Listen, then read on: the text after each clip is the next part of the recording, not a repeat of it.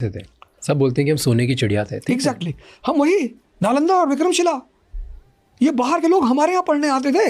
Actual में थे हम सोने की चिड़िया। हाँ एग्जैक्टली हम थे, बिल्कुल थे। क्या हुआ? उसकी वजह थी, हम बता देता हूँ उसकी वजह क्या थी। इकोनॉमी में एक टर्म है बैलेंस ऑफ पेमेंट। तो before industrial revolution balance of payment हमारे फेवर में था।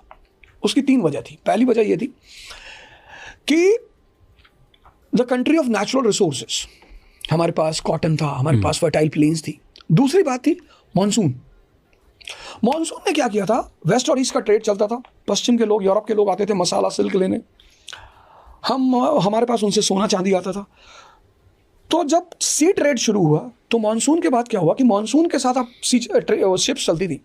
अब अगर आप मॉनसून के साथ चल रहे हो तो इंडिया इज अ डेस्टिनेशन। जून में जब आप मॉनसून के साथ चलोगे तो मॉनसून तो भारत से गुजरेगा, तो आपको भारत आना है। जब रिटर्निंग मॉनसून के साथ आप वापस होगे तो भारत आना है। तो monsoon turned India as the heart of west and east.